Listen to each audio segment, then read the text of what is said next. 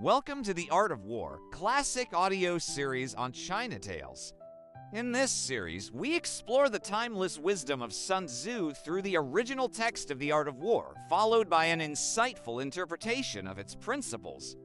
To conclude, we'll share a song inspired by this chapter. Let's dive into the world of strategy. Original text of The Art of War, Chapter 11, The 9 Grounds. Sun Tzu said, "In the conduct of war, there are 9 kinds of ground: dispersive ground, light ground, contested ground, open ground, intersecting ground, serious ground, difficult ground, encircled ground, and desperate ground. When feudal lords fight on their own territory, it is dispersive ground. When you have entered enemy territory but not deeply, it is light ground. Ground that benefits both you and the enemy equally is contested ground. When both you and the enemy can move freely to and from it, it is open ground. When it lies at the junction of several states, and whoever arrives first can rally the support of all under heaven, it is intersecting ground. When you have penetrated deeply into enemy territory, with many cities and towns at your back, it is serious ground. When you march through mountains, forests, steep passes, marshes, or difficult terrain, it is difficult ground. When the routes in are narrow, the way out is circuitous, and a small enemy force can strike your larger army, it is encircled ground. Where survival depends on immediate battle, if you delay, you will perish. This is desperate ground. Thus, on dispersive ground, do not fight. On light ground, do not linger. On contested ground, do not attack head-on. On open ground, do not break communications. On intersecting ground, form alliances. On serious ground, plunder the enemy's stores. On difficult ground, press forward. On encircled ground, use stratagems. On desperate ground, fight to the death. The masters of old who excelled in war could make it so. The enemy's front and rear could not support each other. Their large and small units could not rely on each other. Their high and low ranks could not aid each other. Their officers and men could not gather. And even when their troops came together, they were not united. They moved when there was advantage. When there was none, they halted. If asked, when the enemy is numerous, well-ordered, and advancing, how should we respond? The answer is, seize what they value most, and they will heed you. The nature of war is to strike swiftly, to take advantage of the enemy's unpreparedness, to advance by unexpected routes, and to attack where they have made no defense. The way of the invader. When deep inside enemy territory, keep your troops focused. The defenders will not prevail. Plunder rich countryside to feed your army. Care for the troops without overburdening them. Keep their spirit and strength intact. Conceal your movements and plans, making your actions unfathomable. Place them where there is no escape and they will not run. When they have no way out, they will fight fiercely. When they have penetrated deeply, they will be constrained to hold together. When left with no choice, they will stand and fight. Thus, without elaborate training, the troops remain alert. Without being asked, they are ready. Without binding pledges, they are loyal. Without formal orders, they trust the command. Remove superstitions, banish doubts, and they will fight to the death. Our soldiers have no excess wealth, not because they despise riches. They have no extra life, not because they hate longevity. On the day the order is given, those sitting will have tears on their cheeks. Those lying down will have tears soaking their faces. Putting them where there is no way out inspires the courage of Zhu and Gui, warriors of old renowned for their valor. The nature of a well-handled army. A skilled commander wields his troops like the Shuiren snake of Mount Chang. Strike its head, and its tail attacks. Strike its tail, and its head attacks. Strike its middle, and both head and tail attack together. When asked, can troops truly be made like the Shuiren? Sun Tzu replied, yes. The Wu and Yue people hate each other, yet if they cross a river in the same boat and a storm arises, they will save each other like the left and right hands. Therefore, merely hobbling the horses and burying the wheels is not enough. Unity of courage, that is the way of governance. Strength and flexibility combined, that is the way of terrain. The true art of command is to lead men as if directing a single person, compelling them through necessity. The general's work. Be calm and inscrutable.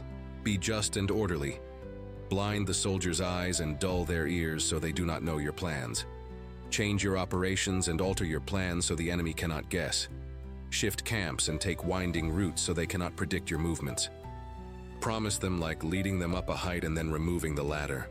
Lead them deep into enemy lands and then spring the trap. Burn boats and break cooking pots. Drive them like herding sheep forward and back, never knowing where they will go. Gather the army's strength and hurl it into danger. This is the general's art. Classifying the 9 grounds in practice. When deep, concentrate. When shallow, disperse. Marching far from home across borders, isolated ground. At a crossroads, intersecting ground. Deep inside enemy territory, serious ground. Shallow incursion, light ground. Back to strong defenses fronted by narrow approaches, encircled ground. No way forward, desperate ground. Your dispersive ground unify their purpose. On light ground, keep them together. On contested ground, be first to advance. On open ground, guard communications. On intersecting ground, strengthen alliances. On serious ground, ensure supply. On difficult ground, press the march. On encircled ground, block the enemy's gaps. On desperate ground, show them they have no life unless they fight. The nature of troops is, when surrounded they resist. When there is no choice they fight. When pressed too far, they obey. Those who do not know the plans of neighboring lords cannot forge alliances in advance.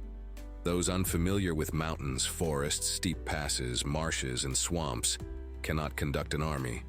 Those who ignore local guides cannot gain the advantage of the land. Lacking any of these is not the army of a true hegemon.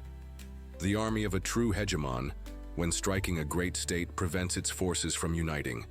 When its power threatens the enemy, it prevents their allies from joining. Thus, it does not fight over the alliances of the world, nor seek the powers of the world.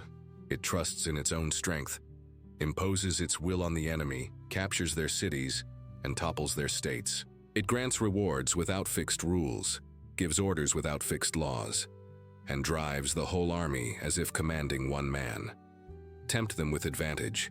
Do not warn them of danger. Inspire them with action, not words.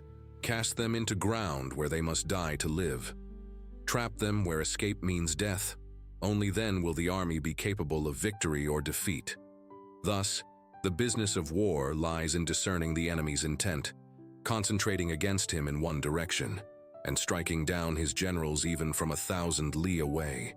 This is the mark of a master who shapes events. When the government mobilizes, block the passes and destroy the tallies, cutting off all communication with envoys. Proclaim the cause for war in the royal court and punish those guilty of it. When the enemy opens or closes their defenses, enter quickly. Seize what they value, give them vague deadlines, follow their tracks closely, and bring the battle to decision. Thus, at the start, be as demure as a maiden. The enemy will open his gates. Then, like a fleeing hare, move so swiftly that they cannot resist. Interpretation of the Art of War. Chapter 11, The 9 Grounds. In war, no 2 battlefields are ever the same. Sun Tzu teaches that the ground beneath your feet can decide the fate of your army.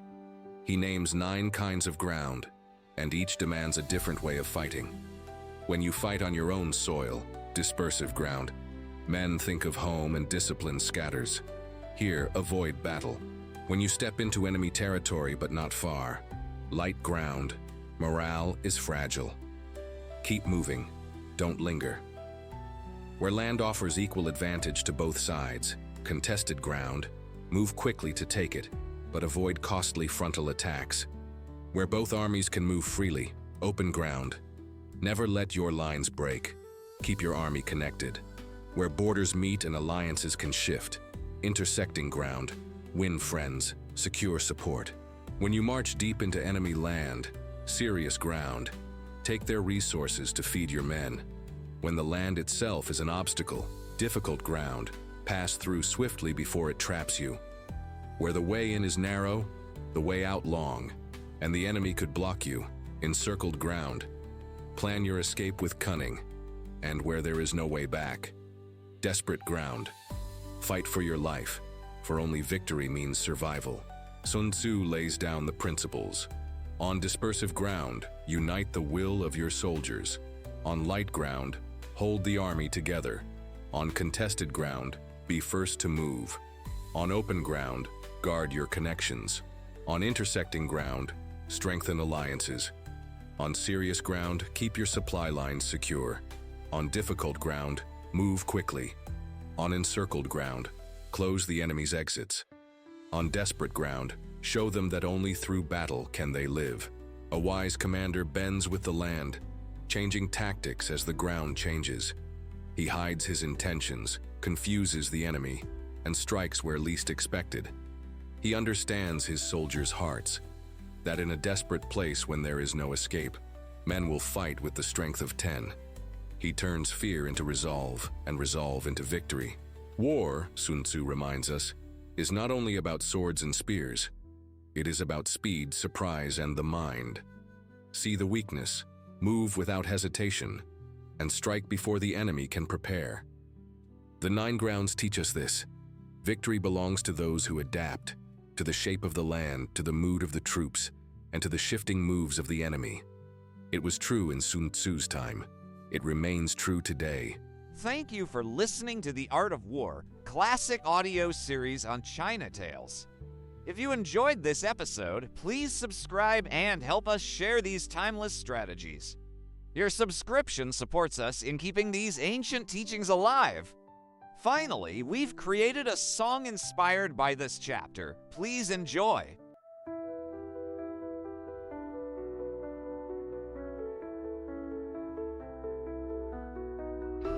The forest whispers, battles near. Each leaf a blade, each root a spear. The ground it shifts, the air is tight. Shadows crawl to meet the fight. Stand or fall, the ground decides. 9 paths, 9 fates, where truth resides.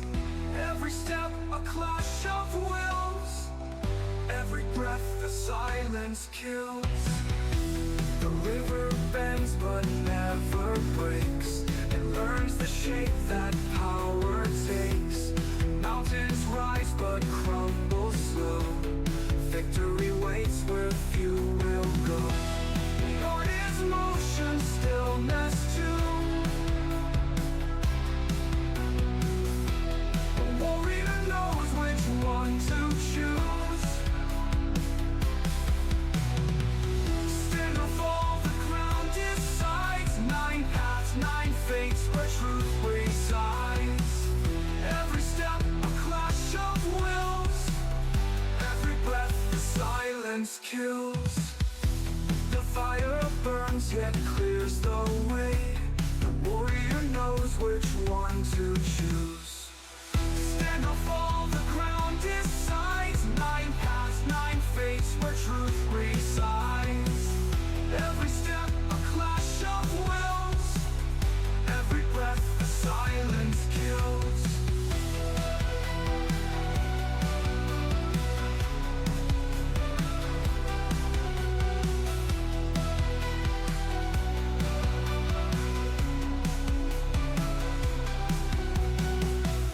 The fire burns yet clears the way.